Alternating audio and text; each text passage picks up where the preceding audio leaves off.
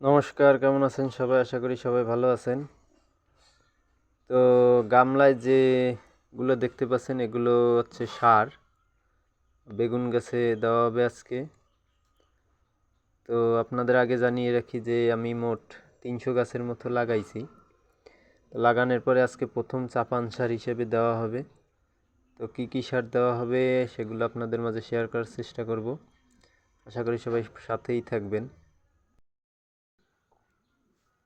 তো প্রথমে এই যে সারটা দেখতে পাচ্ছেন এটা হচ্ছে ঢ্যাপ সার, ডিএপি সার যেটা আমরা বলে থাকি। তো 300 গাছের জন্য ডিএপি সার নিয়েছি 3 কেজি। তারপরে এটা দেখতে পাচ্ছেন এটা হচ্ছে থিওবিট নিয়েছি আধা কেজি মানে 500 গ্রাম। এরপরে আছে পটাশ, তো পটাশ নেওয়া হয়েছে 1 কেজি। তো এর সাথে বোরন বোরন নেওয়া হয়েছে আধা কেজি।